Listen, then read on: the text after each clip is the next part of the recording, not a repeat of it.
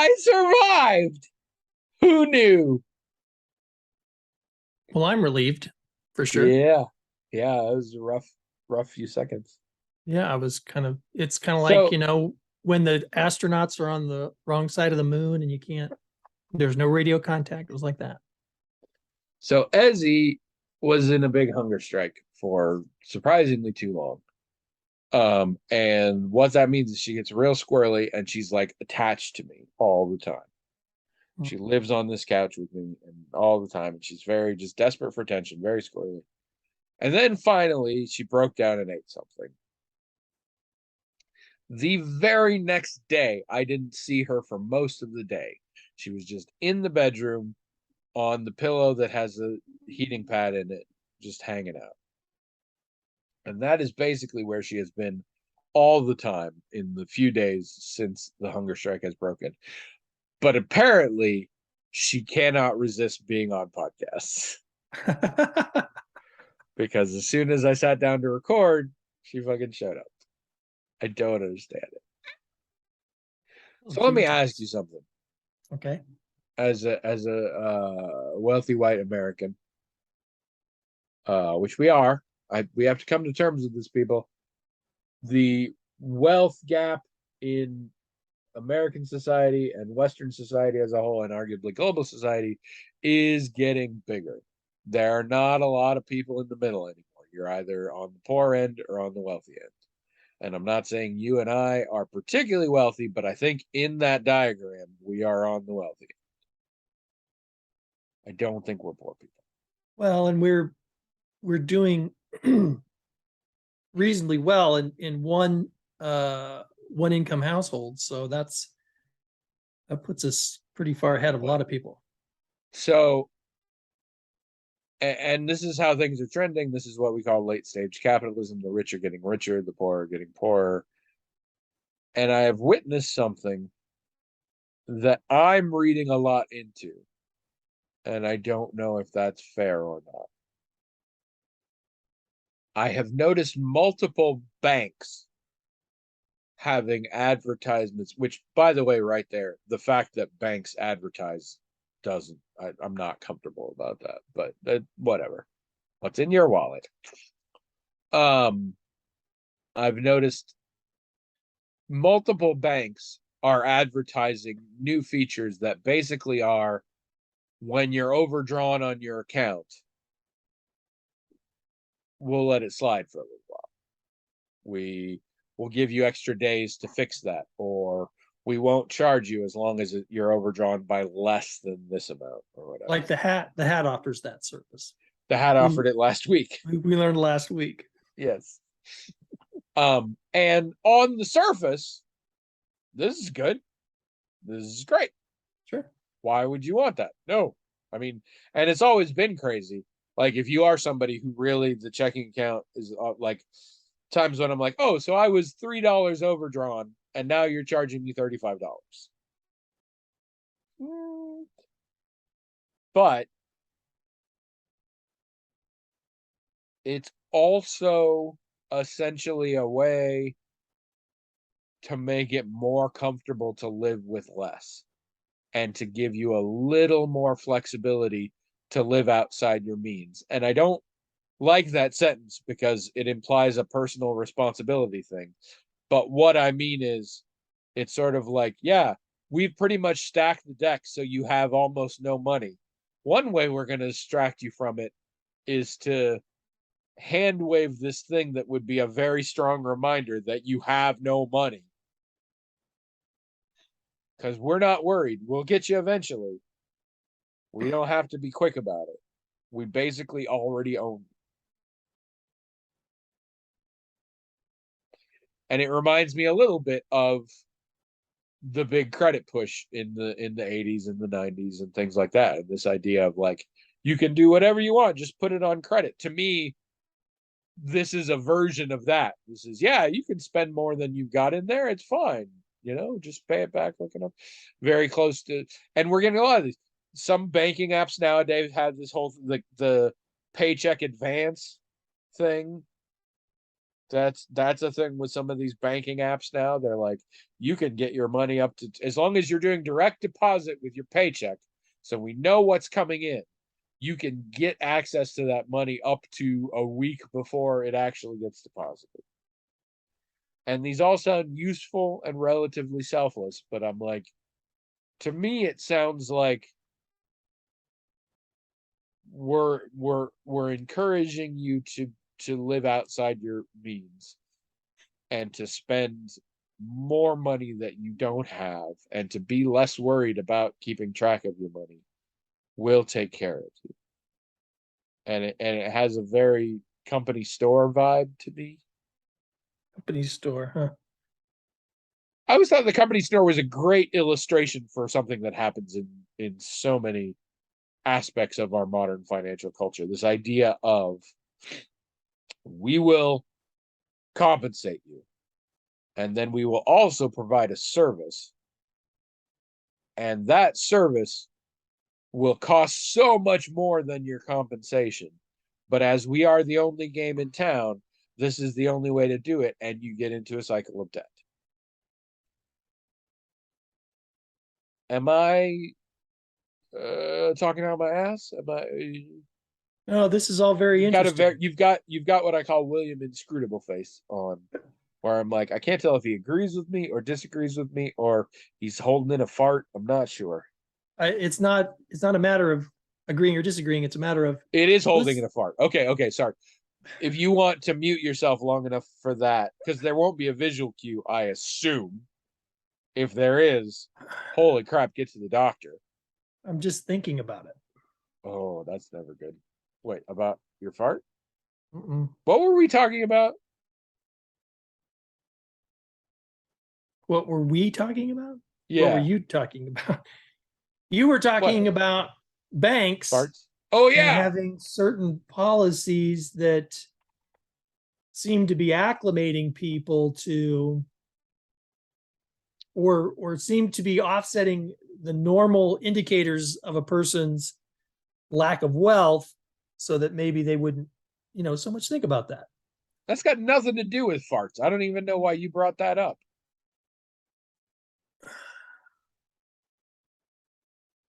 Did you have a good idea?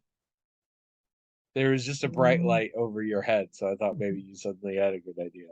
And then you brought up the whole company store context. That was interesting. I'd never really, made that connection before. That's kind of interesting. I don't know. Are you doing a commentary track for the episode we're recording right now? I'm just thinking about what you're saying.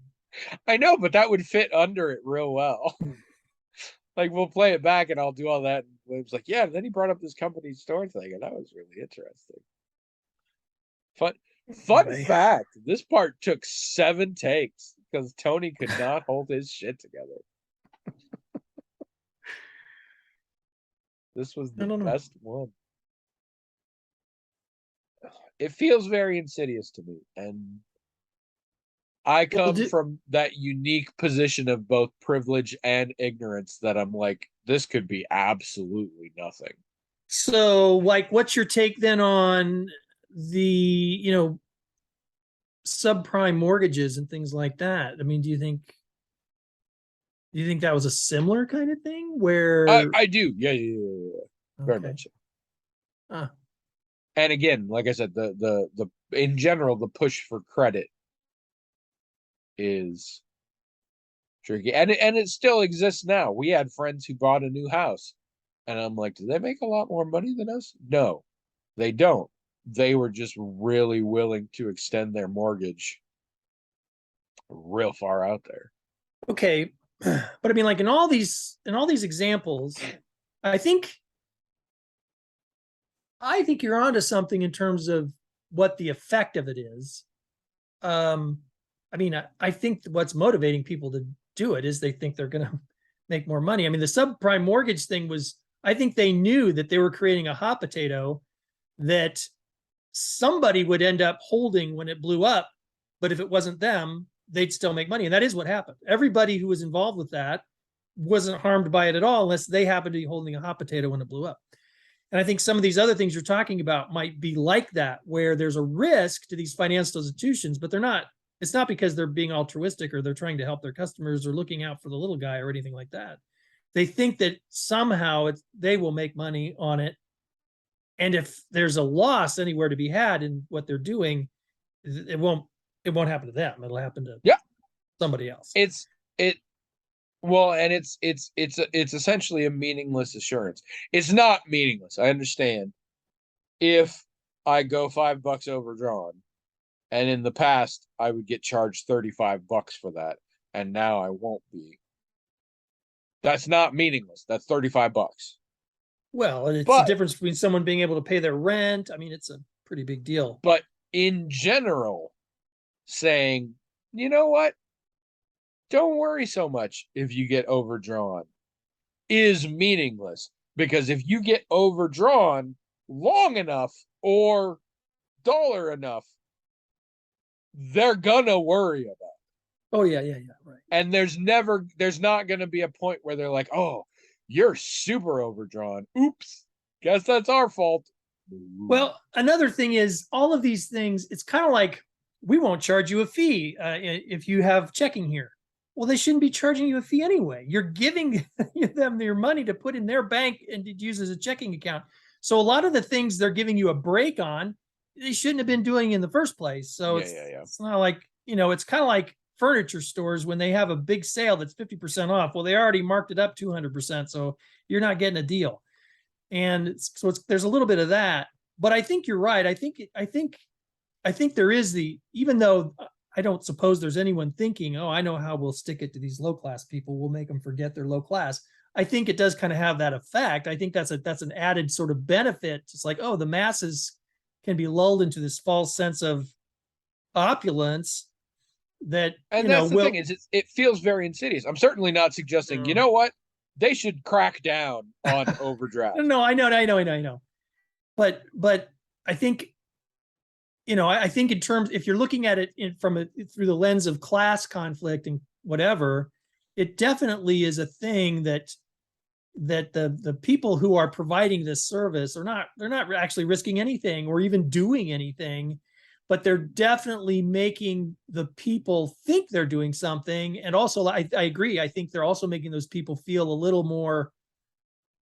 little not as far down on the class structure as they actually are, which and it encourages spending, because essentially what you're saying is, don't worry about the cost. Yeah, we'll settle up later. Right. But I mean, just like with the housing crisis, they knew some of those people would have hardship, that they'd fail, that maybe bad things would even happen in their life. Didn't care. If they weren't the ones holding the hot potato when it blew, they would make money, which did happen. I mean, very few people who were in the upper echelons, were harmed by that. And they knew that.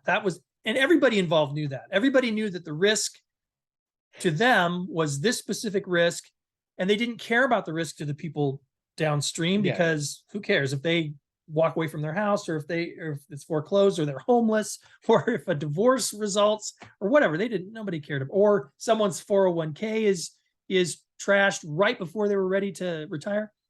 Don't care. I mean, and surely some of them were smart enough to think things like that might happen. Didn't care. So yeah, I mean, I think you're right. I think there is, even though, I know I've been in situations where I would have been glad if I ran into an overdraft, because it's happened to me in my life. I admit that I wouldn't have gotten charged, $50 for a $3 or $5 overdraft. I know people who are still in that situation, who are going to take advantage, are going to take advantage of those banks, hoping that and I want that to happen. But is there an insidious side that you're talking about? Yeah, I think you might have a point there. I'm not opposed to the policy.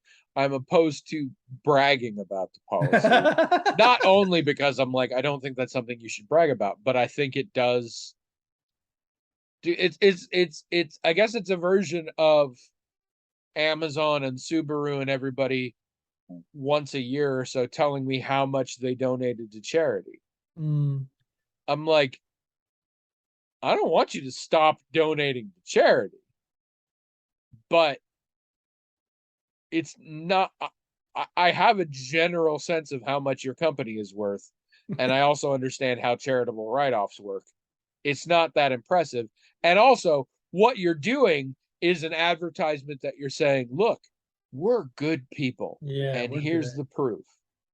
Yeah. And what these are commercials are doing is saying, look, your financial stuff is going to be fine. Don't overthink it. Spend what you want. It's fine. And here's the proof. And I'm like, no, that's not what that means. Well, to the credit of some institutions, usually not the largest ones. I mean, usually these are like local co-ops that do this. I mean, there are often programs offered by institutions to try to help people manage their money better and to actually not to understand what their means are and to live within them. You know, that Yeah. does happen, but you're correct. A lot of the larger institutions, you know, they don't really have any incentive to do those things outside of the kindness of their own hearts, which doesn't seem to play into it much. And so, yeah, Yeah. there's a you're right. When these companies do things, well, first and foremost, they think they're going to make money, obviously, but also, you know, there usually is some kind of sort of dark side. Well, and like you gave a good example too, that the big credit push, you know, college kids were given credit cards and stuff and sent, you know, no risk or low interest cards. I mean, that happened to me. I mean, I graduated from high school in 87 and for years I got nothing but credit card offers. And Yeah. I could have taken, and sometimes they sent me the card itself and said, here, you can use this right now. I remember that. And I could have, and a lot of my friends did, and they got in huge debt. I didn't do that, but I saw a lot of my friends do that, get in enormous trouble. And that's, you know, that's the dark side of that. On one hand, you think, oh, these people are getting a head start. They're building their credit. Well, sure, if they take these cards and use them responsibly, but you know, a certain percentage won't. They know a certain percentage won't. Yeah. And they Well, don't and care. I mean, it's not even just finances. My parents used to talk about in the 60s on college campuses, there were just free cigarettes. Like literally, they were these little weird packs of four, and they were just in baskets in the student union, and you could just go grab them Wow. because they already knew, even though the public didn't necessarily have it together yet, Surgeon General hadn't done the thing yet, they already knew once they've started, they will pay the money Yep. for it. Yeah. Yeah. And college kids don't have money, but after college, they get money and they'll buy cigarettes. I It's gross. it's a personal failing on my part because here's the deal. Hy-Vee, my local supermarket, has an armed guard now. Really? Yes. Wow. A while back, after the 800th shooting of the particular year in question, I think it might have been 2019, I don't know. Hy-Vee decided we're going to have armed guard at our stores because terrorism, I don't know. And I had a friend who was like, fuck that, I'm boycotting Hy-Vee. I'm not doing that. And I was like, whoa, whoa, whoa, whoa, whoa, whoa. I don't think this is happening. Like they're talking a big game now, but I'm not going to start boycotting on the rumor. If it ever happens, yeah, I'll have to find a new place to shop. But let's ease up a little bit. A lot of people like to. It's the same way. Don't tell me about bills that were introduced to Congress. I don't give a shit. Tell me about the ones that got passed by both houses and are expected to be signed. Those are the ones I care about. Anyway, so I tell this story often because I love showing how much smarter I am than my friends. And I tell it, and somebody's like, oh, yeah, no, that happened.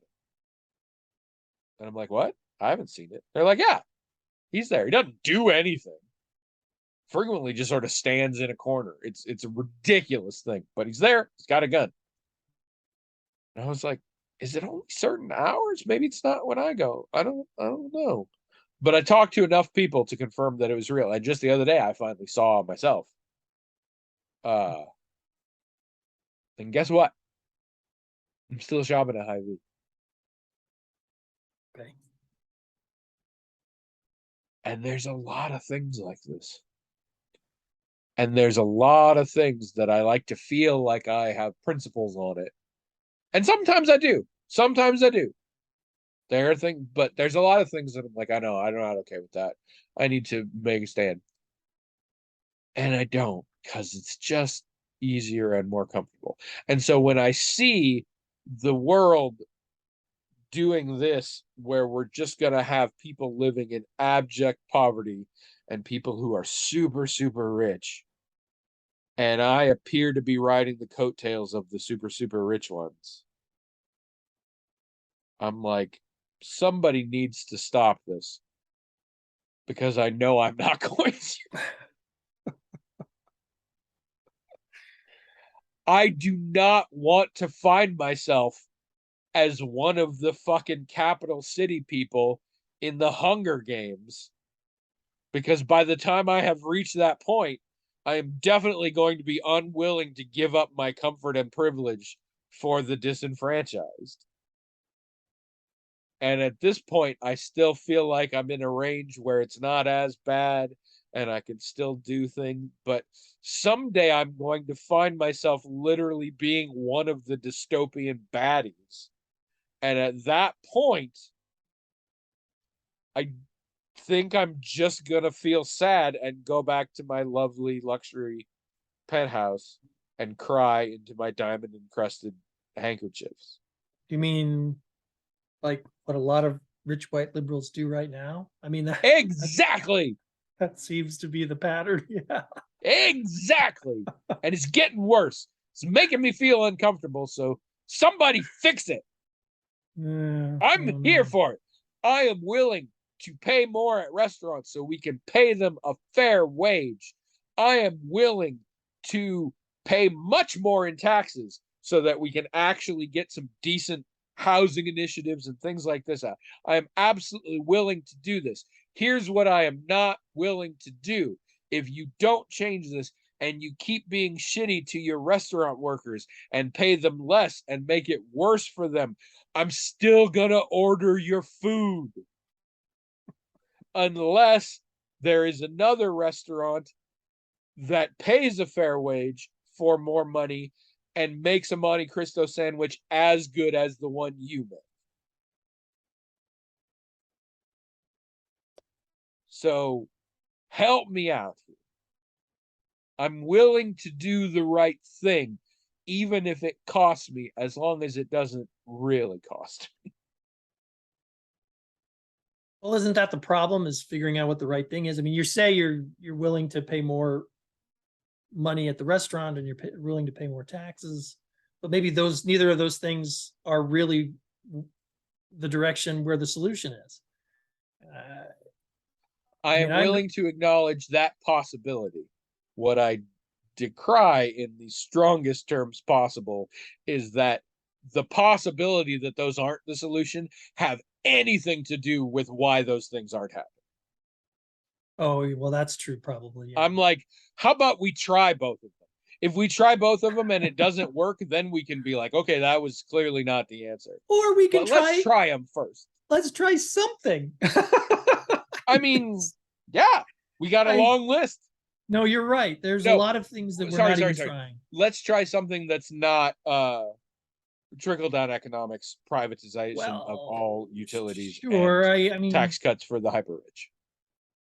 I'm not sure I necessarily count those things as trying anything, because those things we keep doing them. So I mean, I guess I get they're not trying in that we've clearly perfected that. I follow what you're saying, yeah, but yeah, there really does seem to be a lack of political will. there's a lot of incentives to not fix these things because they're being used as political footballs in elections where, like, even the people who claim they want to fix them would not benefit if they were fixed, because then they Yep. can't use them, to criticize their opponents and they can blame them for it. So And I'm not willing to give up all of my privilege to make things good and equitable for everyone. I am, however, willing to give up some of my privilege to make things better for people. So that's what I want, folks, because the worse the problem gets, the more it's going to require drastic intervention in which I am just unable and unwilling to participate. So somebody get this fucking ball rolling so I can still be involved before it hurts too much. That's all I'm asking. well, I Hello, hope someone everyone. hears your impassioned cry. Welcome to the Magical Talking Hat podcast, the only podcast in the world that wants to do good, genuinely, sincerely, desperately, but let's not go crazy. I'm Tony. And I'm William, and this is episode 606. I mean, do you understand how many months out of the year I get affordable and quite tasty fresh blueberries? 12. I wouldn't go that far. There's a few months where they're A, not that good, and B, quite expensive. Okay. But like 8, That's good. That's a lot of months. and that's insane. And that's terrible for a lot of reasons. I also fucking love blueberries. So I'm like, please, somebody fucking make it so I can only get the blueberries for 3 or 4 months at most. And help somebody with the extra blueberries. I Okay. don't know. Okay. I I'm so comfortable. And I'm Yeah, not comfortable being this comfortable, but I know that I'm not willing to get rid of all of my comfort. I need it's a standard white liberal guilt thing. I need to suffer just enough that I feel like it's doing good, but not so much that it hampers me. but And you're what I'm actually saying is suffering. I am not suffering enough at this point. Not even close. I am too. There was a lady in front of me at the pharmacy today, and she did the same thing I did. She showed up saying, "Hi, I'd like to get a COVID booster," and they're like, "Good luck. You can't do it this way. You have to go to the website and you have to make an appointment." And I had the same thing happen to me, and they're like, "Get the fuck out." And so I got the fuck out. I went on the website. I made an appointment for the next day, and I went back at the same time the next day. This woman was unhappy and causes a but they said I heard that you could just come up and to be fair, she didn't blame the people there or anything like that, but just like that vibe of like I'm clearly pissed off, and so even if it's not at you, it's still uncomfortable for them. And I was just standing behind her being like, "Oh geez, lady, just chill, relax, there's blueberries, what more do you need?" So I was very smug of how much I'm willing to put up with already. And that's my life is so easy. And Mine that too. makes it hard on me. So I'm saying I want my life to be slightly harder in the name of social justice, but only slightly. So if somebody could work on that. Off the top of my head, I'm gonna say Jazz and Megan and maybe Beth. Definitely not Azure Talon. And Stu's got 3 kids, so I don't think he's got time to make the world a better place. Who else? But yeah, mostly Jazz and Megan. I'm putting a lot of eggs in your baskets. Go fix some shit for me. Make things a little harder on me in the name of good. This came up recently because we're in Oregon right now. Yep, you are. I know it doesn't look like it, but and we were talking about packing, and I was like, I might need to pack a pair of jeans just in case, because we're gonna be out in the wilderness a little bit. We're renting a cabin in the gorge, and I was thinking about it, and I was like, oh, and I'm gonna have to take my heavy boots because it's Oregon and it's October and it's the woods. Like the odds of it being muddy and stuff are, I can't walk around in my little sandal things all the time. But then I thought about it. I'm like, I'm not sure I need the jeans. I'm trying to think of a circumstance where that's going to matter. Like, I don't think it is. It's not a cold thing. I have answers for that. Like, I don't think it is. And then Trish pointed out, she's like, the area where we're renting the place is kind of a conservative environment because Oregon, like many states, but more so than most, is a couple of very left-wing cities surrounded by an incredibly red state. Hmm. And she told me this, she's like, so, I don't know if it'll be weird you wearing a caftan or whatever. And I was like, it probably won't, but also it would be awesome if it was. Because this is what I'm looking for. Easy sense of persecution. I'm a white dude. This is what we want. We want to feel like we're suffering. We want to feel like we don't just have all the privilege. So it's like, people made fun of me for wearing a dress. So, the struggle is real. Struggle is real. So this is what I'm looking for, people. Help me struggle. And for a good reason, not for no reason. Don't just come over and like steal my shit. Like, I mean, unless you're gonna give it to someone who needs it. But like, don't come over and be like, punch me in the face, and then be like, yeah, no, see now you're struggling. I'm like, yeah, but who did it help? Probably hurt your knuckles. So yeah, somebody make that happen for me. You're gonna miss me this week, aren't you? You're gonna be super sad. I'll probably be too busy to worry about it. No. I think it's gonna actually fuck up your schoolwork thinking about how I'm not in Iowa. I'm not even sure that's about me. I think thinking about people not being in Iowa probably makes you sad. It Oh my God, I does. didn't tell you last week. You said words that made me forget the words I was going to say. That happens. Yes. When you were talking about going to Dyersville, Yep. we went to Solon. See? Small world. No, it is not. Trish and I went to Solon for dinner last week. Oh. As we were coming out of the restaurant, it was the time of year and the time of day where it was sort of getting sunsetty, but also it had evil clouds. Like, you live in this part of the country. It had that stuff where you're like, storm's coming, if not a straight up tornado. Like, shit's Well, not right. The air feels heavy. The clouds are making funny shapes and laughing at me. And like, and you get the most amazing colors filtered through all the things and whatever.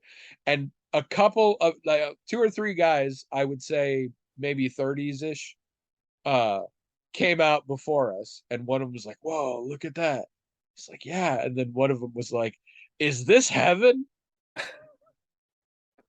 And everybody laughed, and then eventually, like, one of them was like, "No, it's Solon," and we walked on because our paths went different ways. And on the process, I leaned to Trish and I was like, "Did you just have the urge to say no? It's Iowa?" And she's like, "Yeah, absolutely, absolutely did." And I easy mean, don't get me mistake. wrong, he knew what he was saying. People don't just say, "Is this heaven?" No, that's right. Like, despite what Kevin Costner would have you believe. Was that ever a tourism thing for Iowa? Because damn well should have been. It was. Okay, Still good. is. All right. You can get bumper stickers or T-shirts or whatever. Whatever. Track suits with it written on the butt, Yep. things like that. All Yep. right. Whatever you want. If you're just joining us, listen to last week. That'll explain everything. So, did you see any movies this week? No, You know, like A Ghost Waits or Lucky. no. In honor of our spooktacular, this is our Oh yeah. spooktacular, I guess. Woo! Happy Halloween, everybody! In a few days. So we've been watching A Haunting. You know that? Are you familiar with that show, A Haunting? It's got several seasons by I think the Destination something, some travel channel has it. Have you heard of it? I think so. It's reality, right? Yeah. Yeah, fuck that. It's stupid. Hate it. Oh, before I talk about that though, I just want to say you guys are up in Solon. The leaves have been fantastic. I don't know by the time this airs what I mean if we're going to be way If past peak or leaves whatever. will even still exist. But this fall, the leaves have been so beautiful all over the place, and I've been happy to be able because usually when October rolls around, I don't usually go home. Actually, I don't go down to the farm in October usually, or I don't often take a trip up to northeastern Iowa that's renowned for its beautiful foliage up there because that's the driftless area. Well, whatever. But I've circumstances allowed me to travel to various places in Iowa this October, and it's just beautiful everywhere. It's just gorgeous. So, did you guys enjoy the foliage when you went up to Solon? We did. I'm very excited for going to Oregon because it's also pretty big there, especially where we'll be, and this is the time of year for it. Right. But yeah, my favorite is trees that can't agree. Like in Solon, there was a tree that was still bright green leaves, except one limb that was deep red. I always think that's really cool because I'm like, how do it know? Yeah. How's that? What's going on there? I shouldn't. It probably is a sign that there's something deeply unhealthy about that tree. But I always think that's cool. Or the sort of variegated ones. So like the outside leaves are yellow and then in a little bit is orange and then like the ones in the center are like that always is really cool to me. Yeah.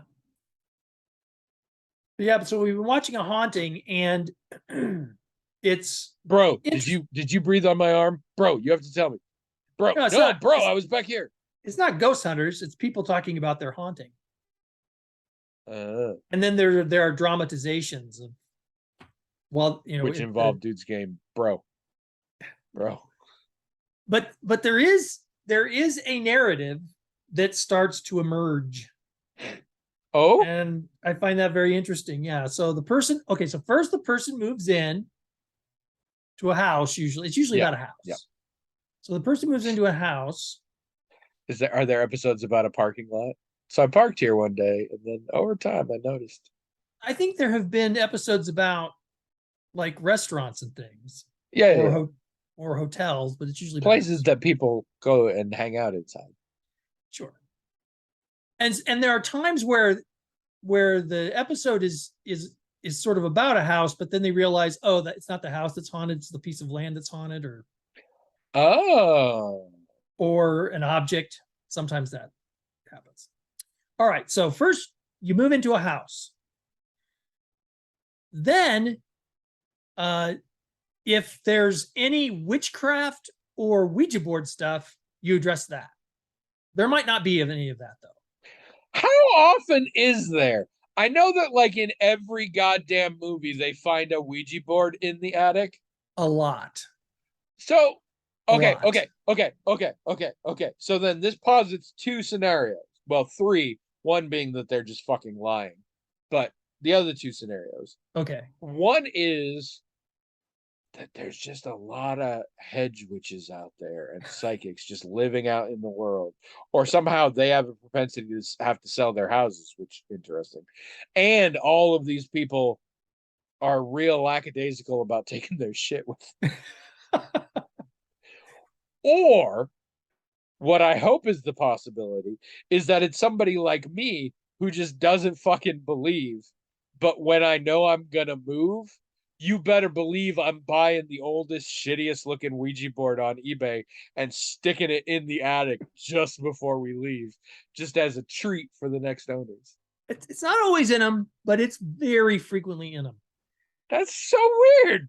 One of the more Although I recent guess ones, if your house doesn't have that, you don't go on a haunting. yeah, one of the more recent ones we saw was the land was haunted, and it was gypsies.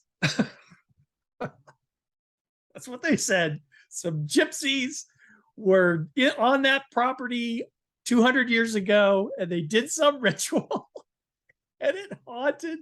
It created a portal. Portals have been mentioned many times. It's not dead Romani, ghosts. No. They passed through and they were like, "Hey, Satan, you like this vacant lot?" And Satan was like, "Yeah." And they're like, "Cool, we're out." The story they told was that there was some crime committed against them or something. And they were trying vengeance. Well, actually, they didn't even say that. They said they were trying to dispel some kind of evil or something, and instead they made a portal and invited it in. I don't know. I don't know what the deal was. Oops. Yeah, oops. Their Indian burial grounds have been mentioned more than once in this series as well. Okay, so you move into a house. Maybe there's Ouija board stuff. Maybe there's witchcraft. Then people start hearing things, which almost are always just normal house sounds. I mean, there's no way they were that bothered by these things when they first happened. They sort of maybe retroactively decided, well, that must have been a ghost when I heard that. So that happens. Then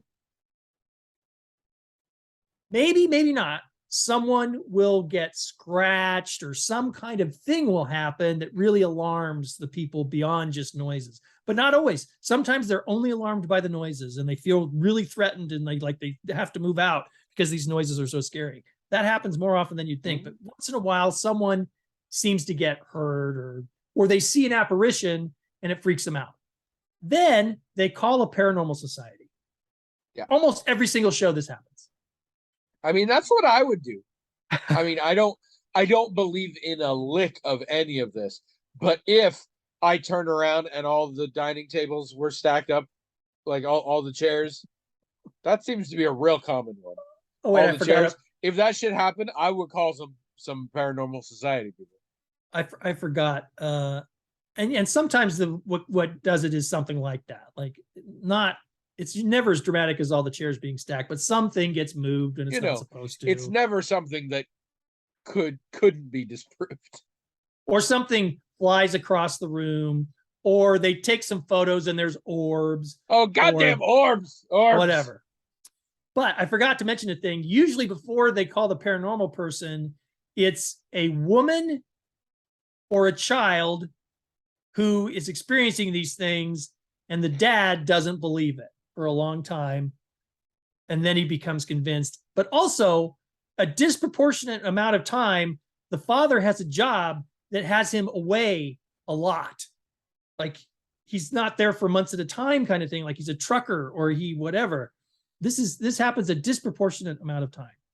So once the dad gets convinced, also, all of these people, including the paranormal investigators, are way disproportionately white. Way. I don't know. I might be psychic because on your first way, I knew that was going to end with the word white. Yeah. But this is, let's be honest, in general, investigating the paranormal is some white people bullshit. But experiencing it too, though. Experiencing it also. Well, yeah, they're tied together. But also, all the couples are heterosexual couples. And not just that, but almost every gay people can't be haunted. Almost every time, not only are they heterosexual, but there's actually like the woman or man will say something to the effect of, well, she's girly and I'm the protector. I mean, like, not just heterosexual, like it's the 50s or 60s or something. Gender roles. Oh, yeah. It's crazy. Now, Are we dealing with law of big numbers here, though? I mean, is this just because arguably I don't know.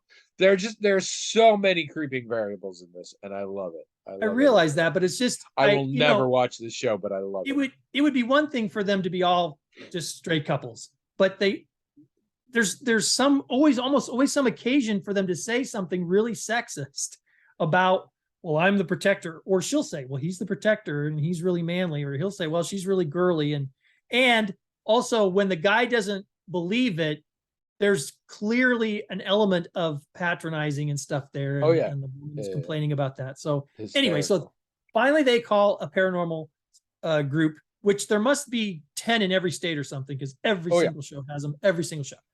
The last LARP I was ever involved with got dissolved, and the main core people of it decided to become a paranormal society instead. All right. So they show up with their equipment. I know that said more about me than them, but 99% of the time, they find nothing with their equipment. Nothing. The other 1% of the time, they claim to find something, but it's EVP and orbs, which we both know is also nothing.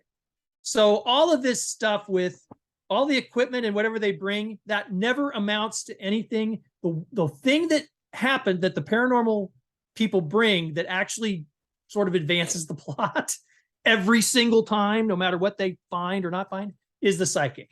If they bring a psychic along, the psychic tells them everything they want to hear and then suggests, well, you need to cleanse the house.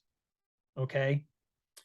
But like I said, 99% of the time, they don't even pretend that the other people have anything to say besides the psychic. The other 1%, it's still just the psychic. So then they do a cleansing of the house. And there's tons of ways to do this, I guess. Mostly it's Catholic. Mostly. It doesn't matter if you're Catholic. It doesn't matter if the team is Catholic. No. You're going to call a priest. Bell, book, candle. Yeah. The Catholics are going to come do it, but not always. I'm partial to the sage stick myself. Well, many times they all bring a sage stick, all of them, even if there's a priest there doing his thing, someone's got a sage stick and a feather and they're doing this whole thing. Oh, of course. And sometimes that generic cleansing ritual that's not tied to any particular culture.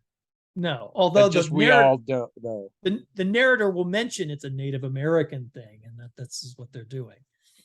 So sometimes the show will make it look like the cleansing was really challenging and the whole house shook and things were flying across the room.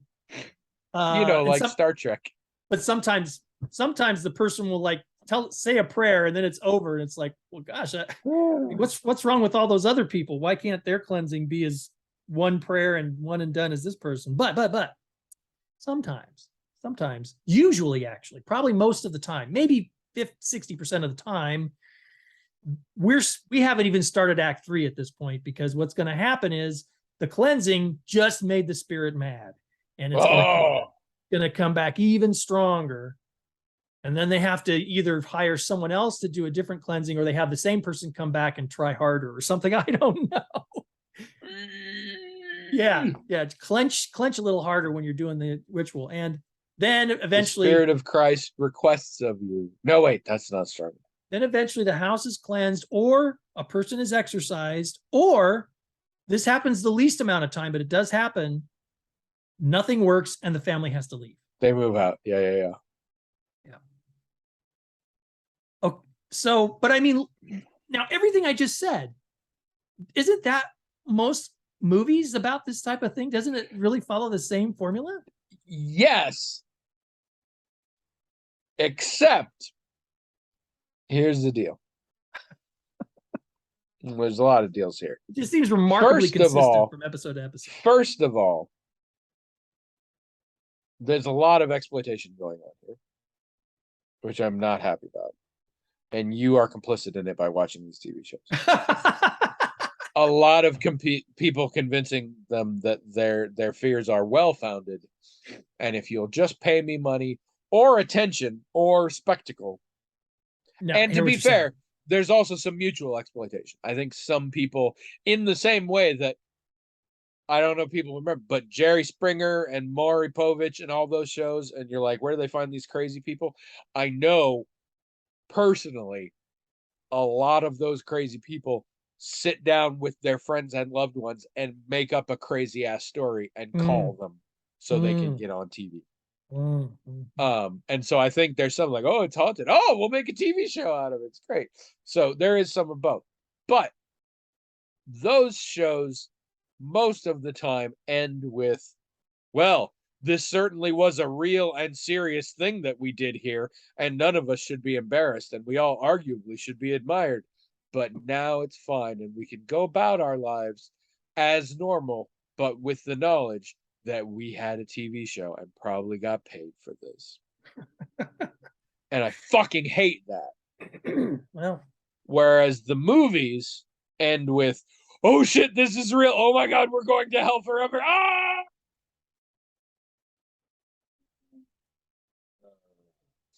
And I love that. My favorite one is we are a ghost hunter TV show and we have a new kid. And the new kid is a big believer. And then we do a thing, and the new kid sees that we kind of fake some of our stuff. And we have to take the new kid aside and say, listen, for TV purposes, sometimes it has to be, we don't ever outright lie. Or in some versions they do, but we don't, but we maximize the thing so that it draws people attention and can be a successful thing. And they're like, oh, okay. And then they go to a place and there's fucking actual ghosts and it eats them all at the end. And I love it. Well, a lot of these, I mean, some of them, like I said, someone is sure they were scratched or pushed or something. Yeah. I can imagine feeling a sense of danger if that happens to you or whatever, but a lot of them, nothing like that happens. I mean, they just are freaked out by noises or maybe an apparition or whatever, and they feel really threatened. And sometimes as a person who's a therapist in training, I'm pretty sure there's mental Oh my illness involved God. I just here. realized how much you're going to refer to yourself like that over the next couple of years. It's just what I This is going to am. be like when people are like, as a vegan. No, I'm just saying you learn things about different types of symptoms that people have when they're suffering maybe the early stages of mental illness, and it's like, well, that's what that sounds like. But Well, of course, I will, demonic possession is one of those things, and they do talk yeah, about yeah. that in this show. And so you're like, oh man, someone should, Well, and a psychiatrist should see this person. guess what? I've been possessed. You have. Not even a joke. In college, Okay. a friend got a group of us together. And we were sort of a paranormal society, but our specific goal, what we were operating under the school of thought that there actually has been some research in, but it's all kind of pseudosciencey. But essentially, supernatural things can be created via power of force of will. If a group of people believe hard enough that there's a ghost, it can manifest a ghost. Okay. And a friend of ours wanted to do this, and there's like, in the science building, there's this room. It's nice and private. We can go there like once a week, and we'll hang out there, and we were like reading from scary books and stuff and talking about things or whatever. And over time, maybe we will get this into something. Because And so you'll we did increase your this. level of belief. Is that Yeah, this will increase the psychic vibrations or whatever, okay? Gotcha, we'll, gotcha. we'll manifest a poltergeist, for lack of a better term. And so we did You it. you thought this was a good idea? Yep. But I Kind of mean, cool. okay. Oh yeah, nowadays I know it's the dumbest thing for a variety of reasons. It's dumb if you don't believe in it, and it's real dumb if you do believe it. That's what I'm But getting at the at. Yeah. time, I was a college student and Okay. not an atheist yet, and thought it sounded awesome. Okay. And at one point, we decided, let's do some spirit board shit. I believe we specifically didn't do a Ouija board because one person there was like, I don't fuck with that. It wasn't a superstition thing. They're very opposed to Hasbro. No, I'm kidding. It was a superstition. But so what we did instead was we just made pieces of paper with letters on them and put them around the table, and then we had just a plastic drinking cup, and we moved around. And that didn't freak him out?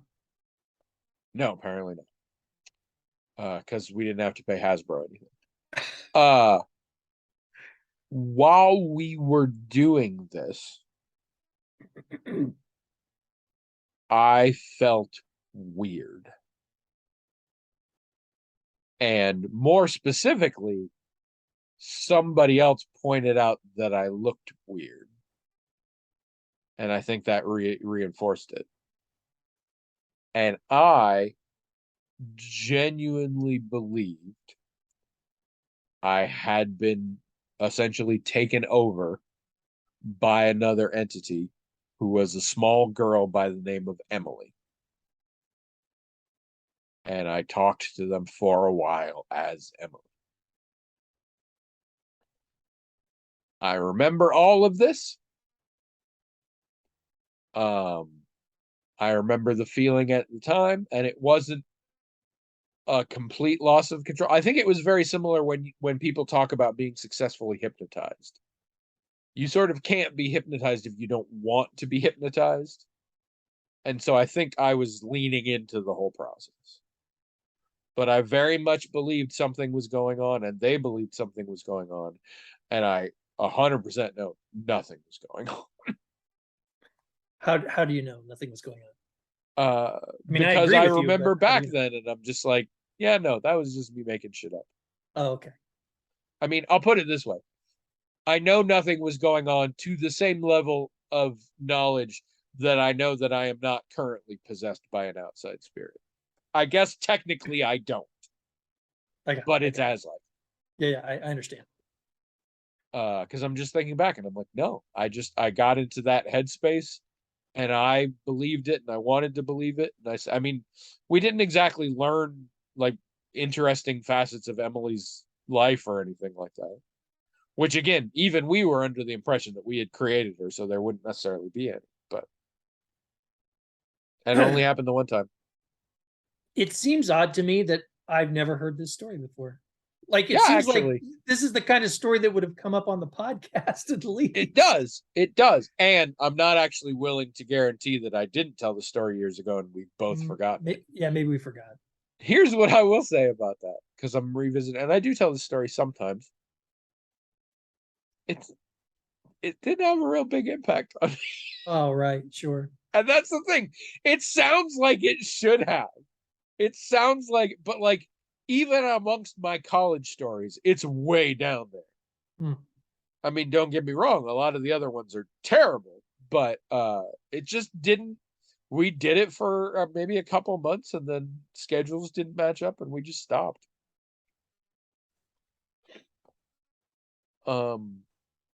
I remember almost all the people. I think there were 5 people, and I can't remember one of them. So that one is probably the ghost. But I remember my friend Jeremiah, who I still know to this day on Twitter. And my friend Kate. I don't know what's going on. I think we're Facebook friends, but and my friend Roy, who is dead now. That's too bad. Probably not because of them. And yeah, I think there was another person, but I don't remember who it was. But yeah, it is weird that I haven't told it before, but it just isn't that. But we were talking about this, and I'm like, oh yeah, I've been possessed. Yeah, because I have. Well, But I like to think, and this might be too much hubris. I like to think, I believe, with nothing to back, it hasn't been tested, but I believe I am now at the point where if I saw an apparition, if something flew across the room, if I got scratched by an unknown thing, whatever,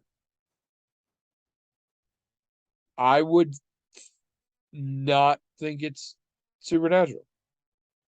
I would either think it's something I invented in my head, or if there is concrete proof, I would think, okay, what are the possible reasons here? I think I would probably not.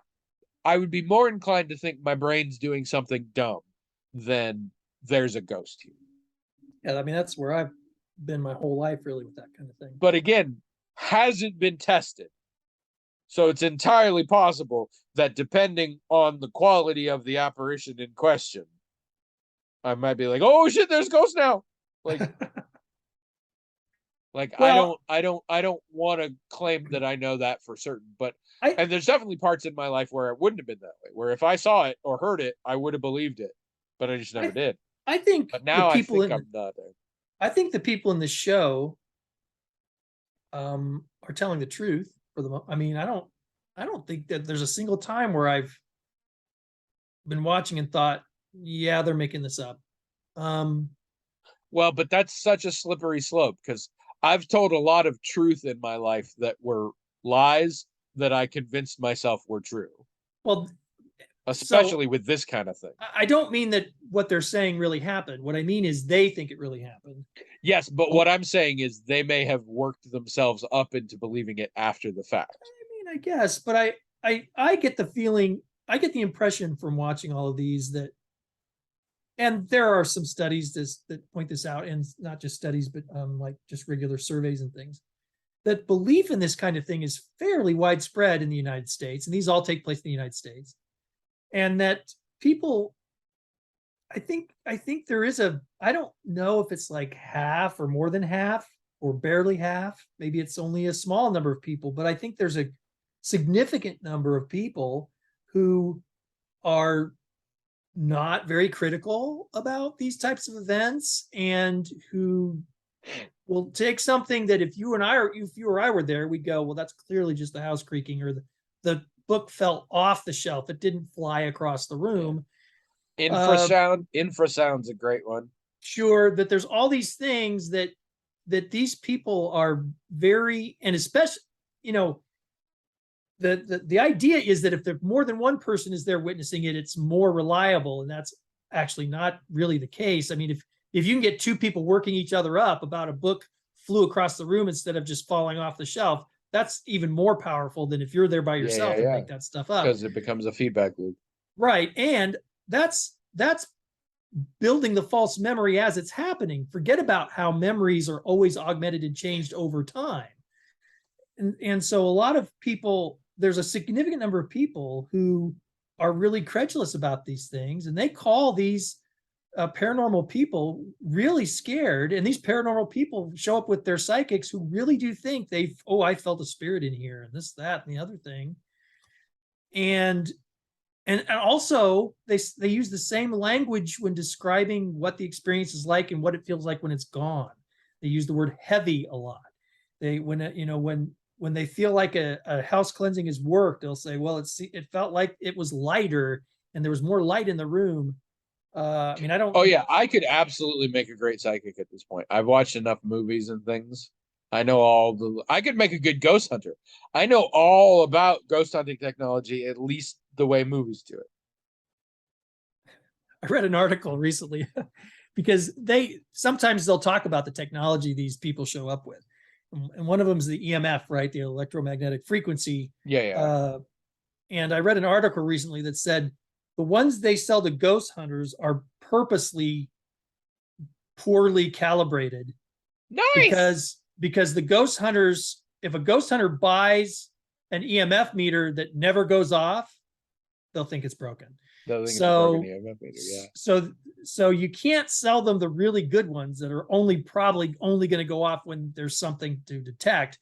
You're going to sell the ghost people some kind of crappy ones that'll sometimes give you false positives because the ghost hunters won't like it otherwise. That's what this article said. I don't know.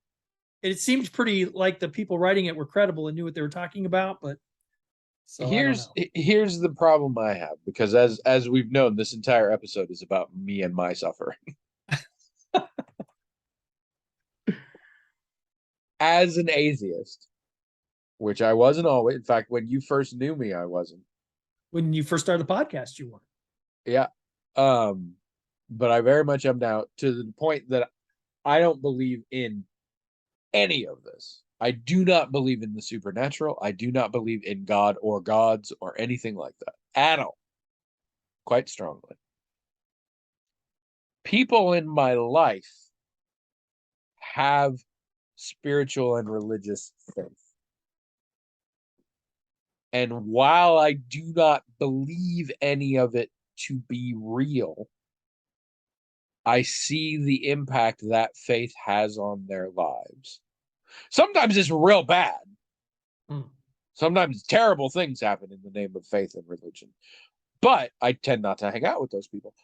The people I do hang out with, it brings them a lot of good. It gives them a context on which to ponder the imponderables and to consider how they want to live their life and why they want to do it and what other people mean to them and how to be a good and functional person in the world. And I remember my faith doing that for me. And that's great. And that's why I like to think I'm not one of those shitty atheists. Because when it's not my podcast, or when I'm not being asked directly, when people talk about their faith, I'm not like, yeah, that's all made up, right? That's bullshit, right? Just checking. I mean, clearly you don't, but I'm here to let you know. Like, I don't do that. I don't fight for atheist right. I think faith can be a wonderful thing. I had huge arguments with people the other day who wanted to condemn all religion, and I'm like, I know where you're coming from, but it is not a defining characteristic of religion that it is harmful in these ways, and I don't think that's okay. Faith can be a wonderful thing. I don't have it because I couldn't decide that. If I could decide that, I might, but I can't. I don't. Whatever. This is so hard to apply to my fucking house is haunted because I don't believe in it. And it helped nothing. Like, there is no benefit to the hauntee, to the society around them, to anyone. And the same thing with ghost hunters. Like, I understand the appeal of wanting to check that shit out, but that's the thing. Ghost hunters don't ghost hunt to like learn their place in the world and find a better way to live and shit.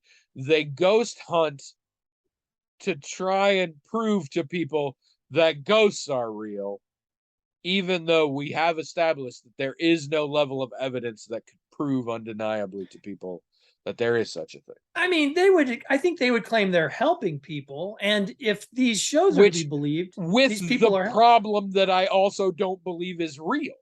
Right, but if the people believe those problems are real, and then someone shows up, does a bunch of mumbo jumbo, and they feel better, and their lives are better, and they stay in their house, and their marriage stays, and their kid is not crazy anymore.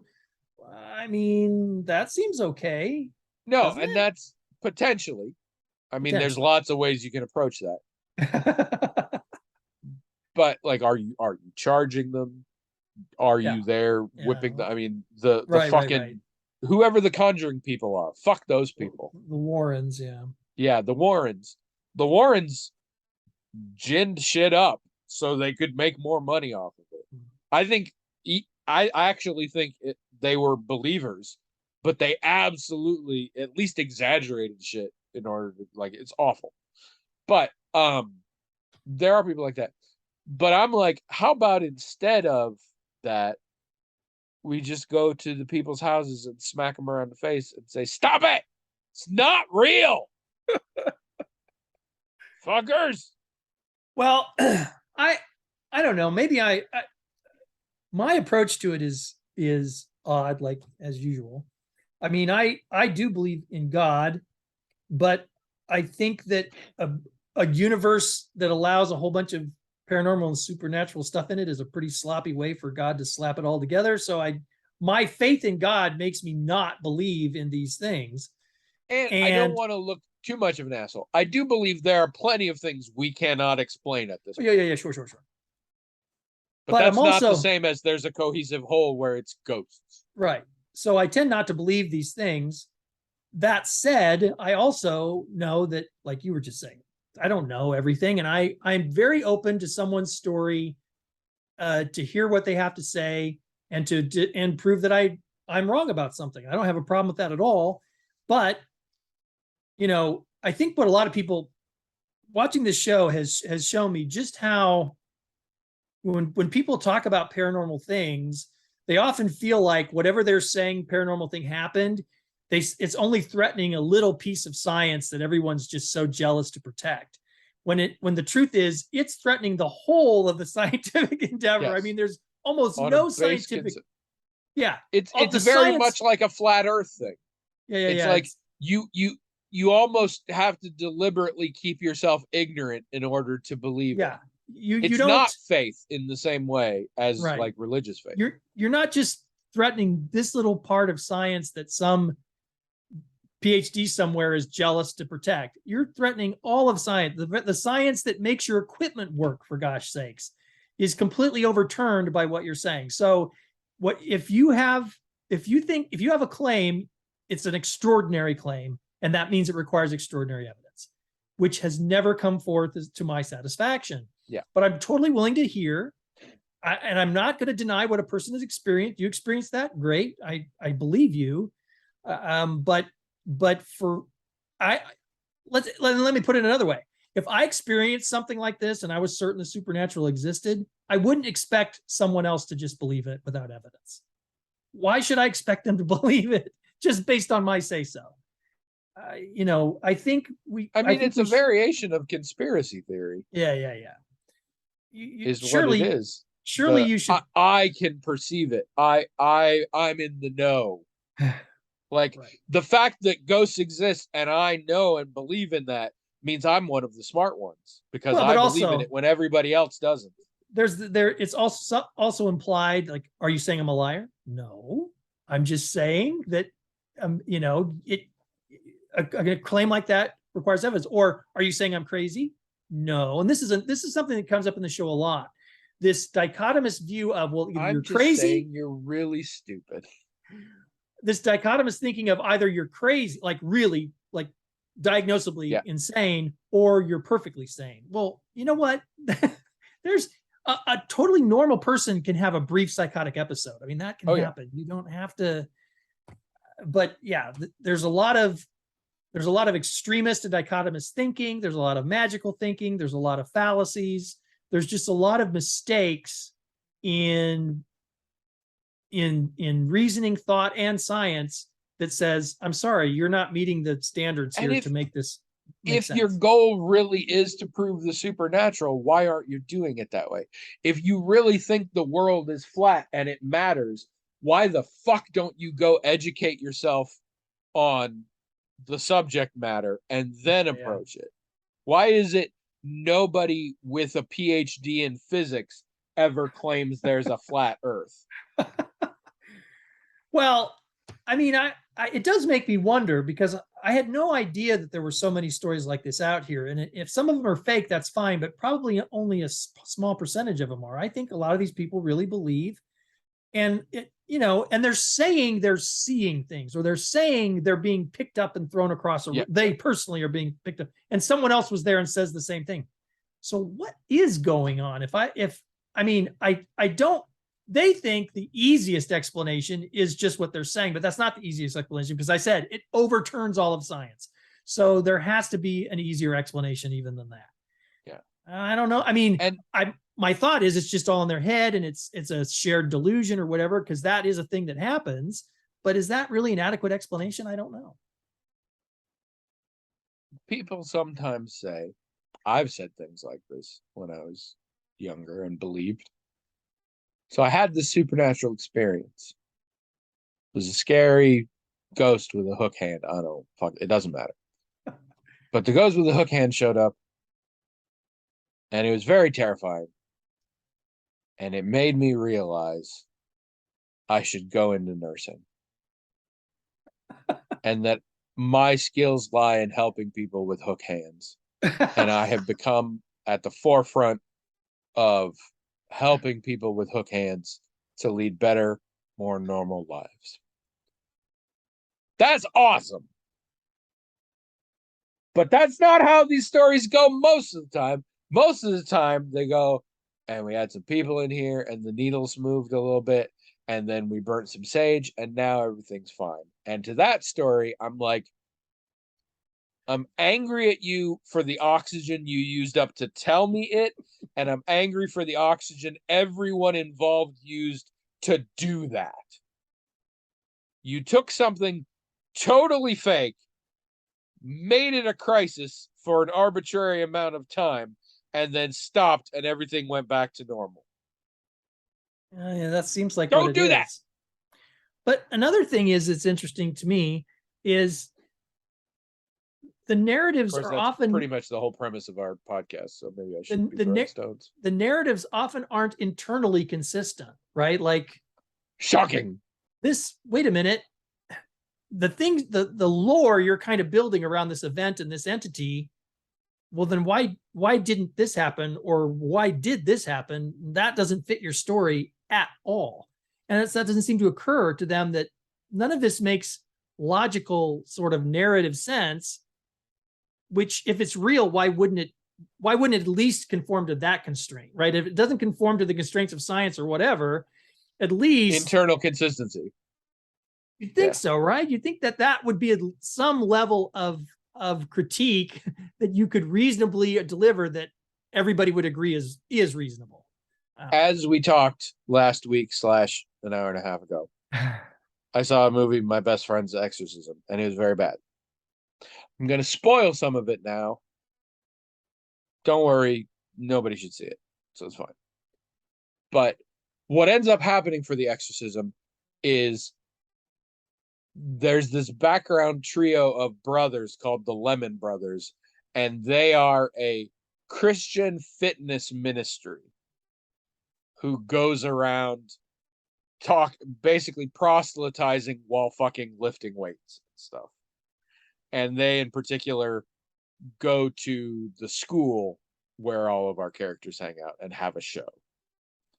And one of them looks at our possessed girl weird.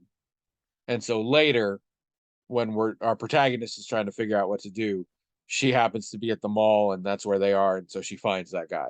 And apparently that guy has the power of discernment. Mm. And he is the funniest thing about this movie by a long shot. Because he's an absolute 80s dude, bro, who just knows all this stuff about exorcism. And so they end up kidnapping the victim and take her out to this cabin, and they're doing all this stuff. And he's starting off, and he's like, power of Christ compels you, throwing salt on her and stuff like this. And he's like, tell me your name, demon. Tell me your name. We know the demon's name because we, along with the protagonist, have seen it scratched in places and things. And its name is Andrus. So it's like, tell me your name, dude. Tell me your name. And then finally, he's like, our protagonist is like, Andrus. His name is Andrus. And the guy's like, can you come with me for a second? And they go out in the other room. And he gives this big, long speech about, like, it's very important for establishing the connection here in this, that I forced the demon to tell me its name. It's giving into my will. It's bending it to my, it's very important in the process. When you just go ahead and just tell me, like, it really undercuts the whole. And she's like, I'm sorry. Okay. You didn't know, but it's not. That's good. If we're going to make this work, we have to. And yeah, that whole section of the movie is like the only real funny part, but I did like that. And he got real excited when it was proved, and then he had to go out and protein load. Well, I mean, yeah, bodybuilder.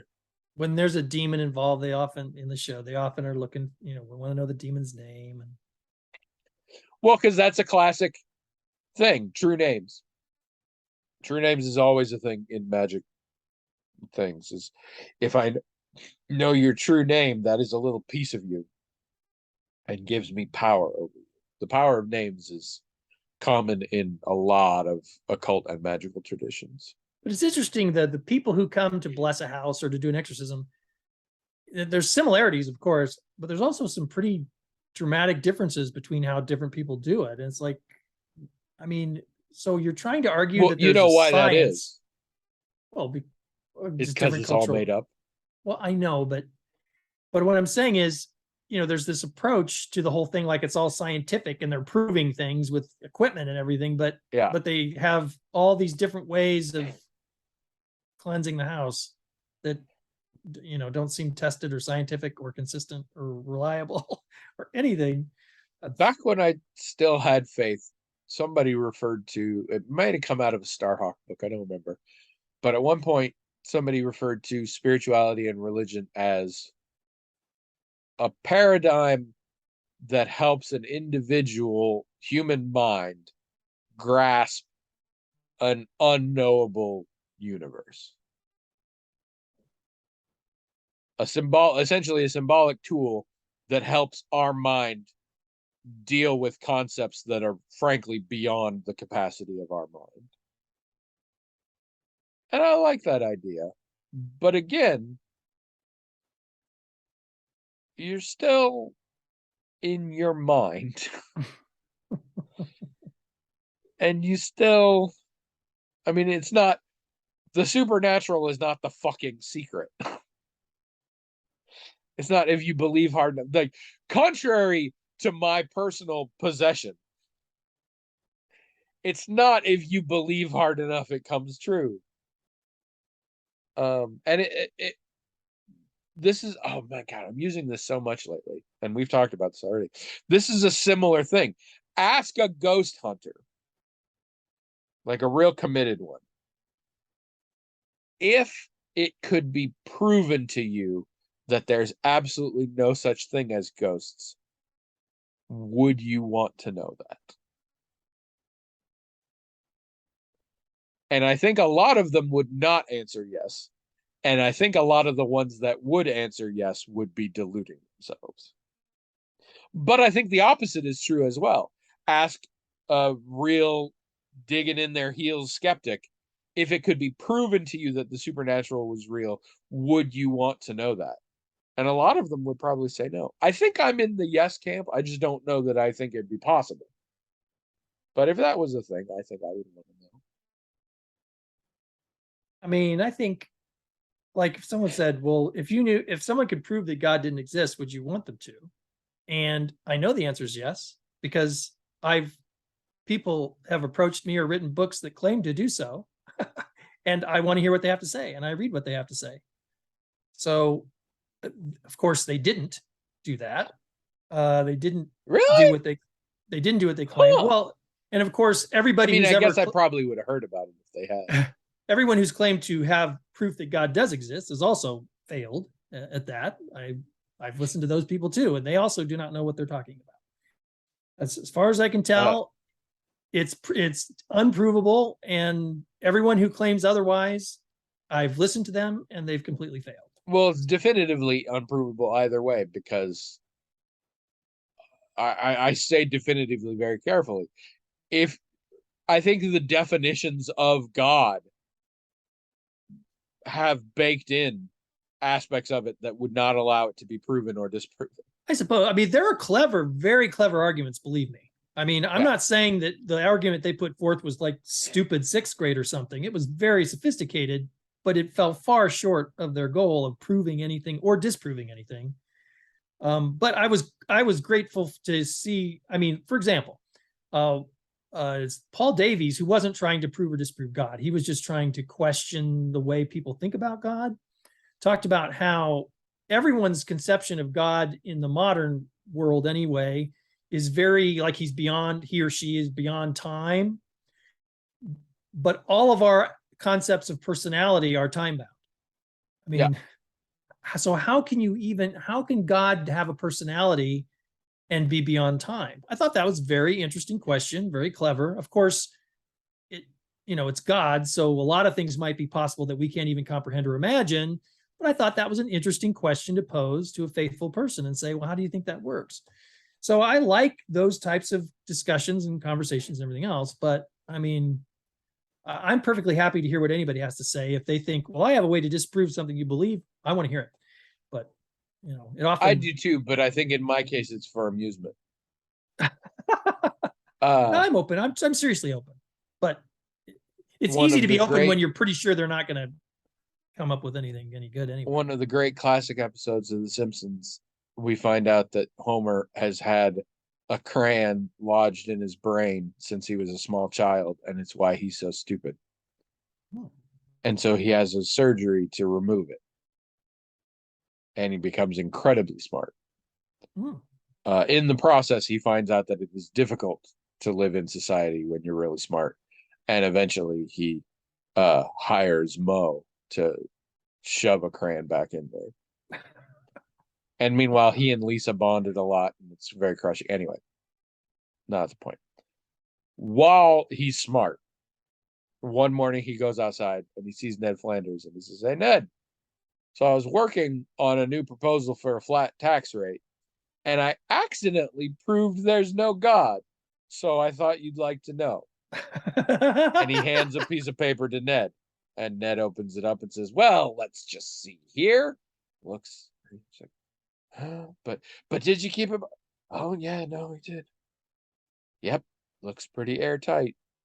And then Homer leaves, and I forget what the line is that Ned says there, but he burns the paper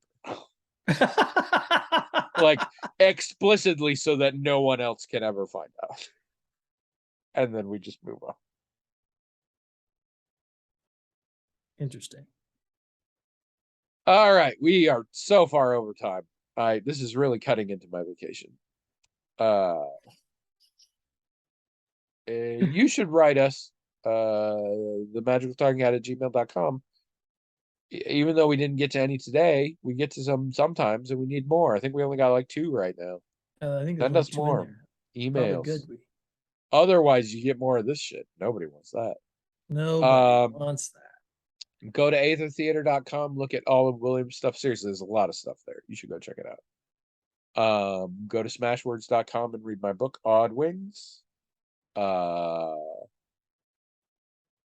With an upcoming sequel that is going to have a pull quote from Beth that says, "I'm 25% through. It's not bad. I may even read the sequel." Absolutely going on the back cover. Still excited about that. And listen again next week because we'll keep doing it.